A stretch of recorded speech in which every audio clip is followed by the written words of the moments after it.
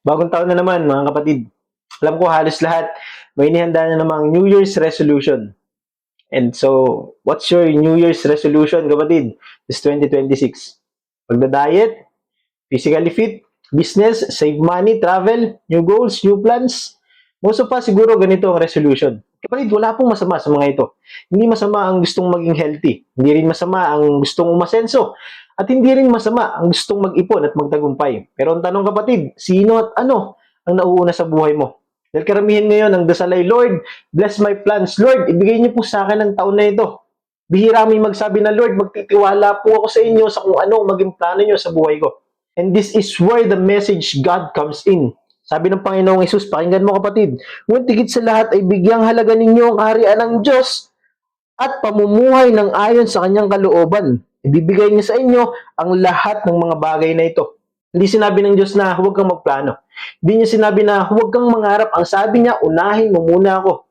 Kapatid, bagong kahit na anong resolution mo, bagong pagda-diet, bagong negosyo, bagong trabaho, bagong pag-ipon, bagong mga pangarap mo, priority mo muna ang kalooban ng Diyos. Dahil kapag mali ang priority mo, kapatid, kahit maganda pa ang layunin mo, maaring pagod, stress, at emptiness lang ang maging resulta nito sa buhay mo.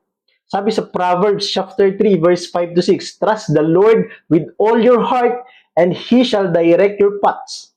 Marami ang successful sa mundo, pero lost emotionally, mentally tired. Marami ang may pera pero wala namang kapayapaan.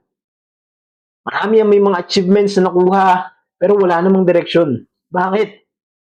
Dahil hindi nila inuunang Panginoon sa buhay nila. Remember King Solomon, hindi niya hiniling sa Diyos ang kayamanan, karangyaan, katanyagan at mga material na bagay. Karunungan at kaalaman ang hiningi niya sa Diyos upang mapamahalaan niya ang buong nasasakupan niya ng naayon sa kalooban ng Diyos. Pero mababasa po natin, dahil hindi niya hiniling ang kayamanan, kundi karunungan, idinagdag ng Diyos ang lahat ng iyon sa kanyang buhay. Kaya naging tanyag siya, naging kilala at mayaman ng mga panahon na yun. That is the principle of kingdom. Seek God first and God will add the rest. Hindi ibig sabihin na kapag inuna mo ang Diyos, automatic madali na ang lahat. Pero may kasiguraduhan dahil kasama mo ang Diyos, kapatid. Sabi sa Psalms chapter 127 verse 1, unless the Lord builds the house, they labor in vain who build it. Pwede kang mag-effort buong taon, kapatid. Pero kung wala ang Diyos, mapapagod ka lang. Pero kapag ang Diyos ang kasama mo, kahit mahirap ang daan mo, may kapayapaan ka, may direction ka, may pag-asa ka. Kaya kapatid, bago ang anumang resolution mo this 2026, na gusto mong yumaman, pero maabot mo ba ito nang wala ang Diyos? Gusto mo maging physically fit, pero gusto mo maging maayos yung physical mong katawan, pero patay ka pa spiritually. Sabi ng Panginoong Hesus sa Matthew chapter 16 verse 26, what will it profit a man if he gains the whole world, yet forfeits his soul? Grabe. Kaya this 2026, baguhin natin ang approach. Huwag lang, Lord, itong resolution ko, itong gusto ko, itong plano ko. Hindi, Lord, anong kalooban nyo para sa akin, para sa buhay ko?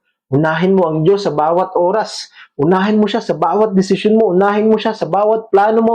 Unahin mo siya sa bawat pangarap mo. At kapag siyang inuna mo, kapatid, siya rin ang magkakaloob ng lahat ng ninanais ng puso mo ayon sa kanyang kalooban. Sabi sa Psalms 37 verse 4, delight yourself in the Lord and He shall give you the desire of your heart. Hindi lahat ng gusto natin ay ibibigay.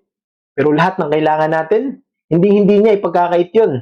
Alam niya na yun. Ibibigay niya na yun sa atin kahit hindi pa natin hinihingi. Kaya kapatid, I challenge you. Gawin mong number 1 resolution this 2026 sa buhay mo ang unahin ng Diyos. Hindi pangalawa, hindi pangatlo, hindi una. Siya ang i-priority mo sa lahat ng bagay sa buhay mo.